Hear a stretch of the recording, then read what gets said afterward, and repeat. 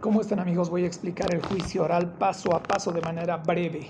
A ver, en primer lugar, el fiscal emite una resolución conclusiva de acusación al amparo del artículo 323, numeral primero del Código de Procedimiento Penal, ya que tiene la certeza de que la persona procesada ha cometido el delito y que el fiscal tiene las pruebas suficientes para demostrar su culpabilidad en juicio y pedir su condena, o por lo menos así tendría que ser.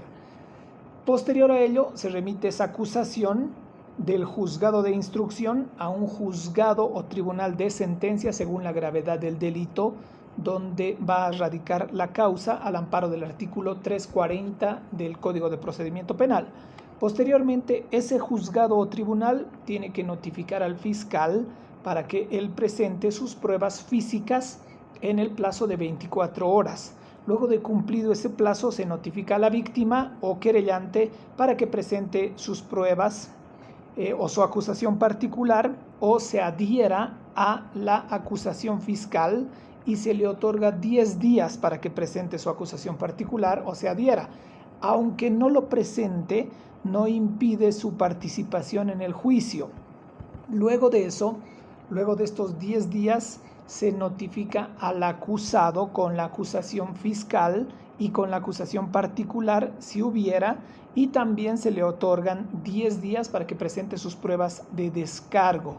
Una vez finalizados esos 10 días, con o sin las pruebas del acusado, el juez o tribunal de sentencia, mediante un auto de apertura de juicio, va a señalar día y hora de audiencia de juicio oral al amparo del artículo 343 del Código de Procedimiento Penal.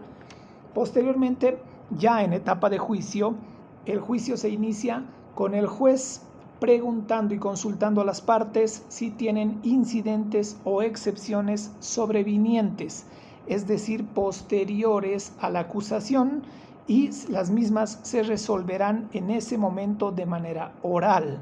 En el siguiente orden, primero el Ministerio Público, posteriormente la acusación particular y finalmente la defensa del acusado. Todo esto al amparo del artículo 345 del Código de Procedimiento Penal. Si no se plantean incidentes o excepciones, o los mismos son declarados infundados, se continuará con el juicio.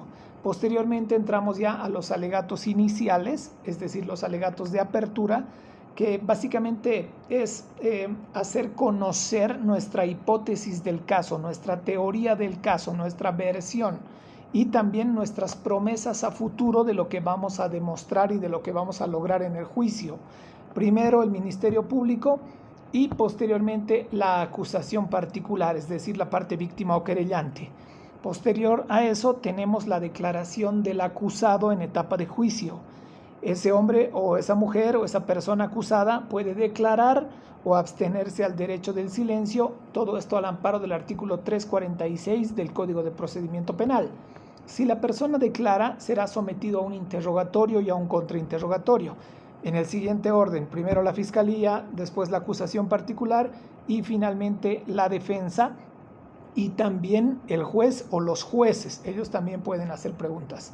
Luego de finalizada la declaración del acusado, el abogado defensor del acusado deberá de fundamentar sus alegatos de apertura al amparo del artículo 346. Luego de eso tenemos la etapa de pruebas testificales, es decir, la declaración de los testigos en el mismo orden que ya les dije. Es importante también aclarar que están prohibidas las preguntas capciosas, sugestivas o impertinentes al amparo del artículo 352. Ojo que pueden proponer, esto es importante, pueden proponer a cualquier testigo a pesar de que no haya declarado anteriormente en etapa de investigación. Luego tenemos las pruebas documentales. En el mismo orden se va a proceder al desahogo de las pruebas documentales. También estas pruebas van a ser exhibidas a las partes y las mismas pueden plantear incidentes de exclusión probatoria en contra de estas pruebas al amparo del artículo 172 del Código de Procedimiento Penal. Entonces, las partes también pueden retirar las pruebas que ellos consideren, también de manera voluntaria. Se pueden, repito, excluir mediante el incidente de exclusión probatoria, demostrando que estamos ante pruebas ilegales, que vulneran derechos y garantías constitucionales, o que las mismas hayan sido obtenidas mediante un procedimiento ilegal o de manera ilícita sin cumplir el procedimiento, por ejemplo. Sin embargo, las pruebas que cumplan con todos los requisitos, que sean legales y lícitas, no serán obviamente excluidas y pasarán a formar parte de la comunidad de la prueba, es decir, serán judicializadas y podrán ser utilizadas por las partes en sus alegatos de clausura. Luego tenemos la prueba pericial, es decir, los peritos que hayan sido propuestos por las partes, a quienes también se los puede interrogar. Ese es el momento donde también pueden intervenir los peritos o los consultores técnicos de parte que hubieran sido propuestos, en este caso, de manera oportuna en nuestros memoriales, es decir, dentro de la acusación fiscal particular o pruebas de descargo. Luego pasamos a otros medios de prueba.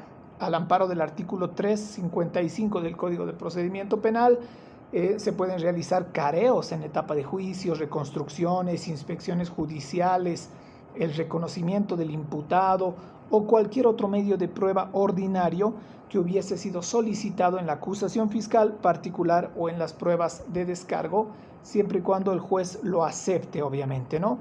Finalmente pasamos a la prueba extraordinaria, al amparo del artículo 335, numeral tercero.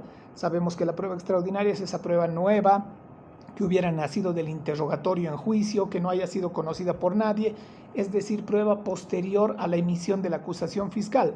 Ojo que la prueba extraordinaria no es presentar prueba que nos hubiésemos olvidado presentar al inicio del juicio, ¿no? También es importante que sepan que se puede proponer testigos extraordinarios, siempre y cuando hayan nacido también del debate y su presencia sea pues útil, necesaria y pertinente para llegar obviamente a la verdad de los hechos, es decir, un testigo clave, no uno que diga, imposible que mi primo lo haya matado al Señor porque mi primo es un pan de Dios, eso no sirve, sino uno que diga, yo vi que este señor no ha matado a esa anciana, yo lo he visto desde mi ventana y acá tengo el video en mi celular, algo así.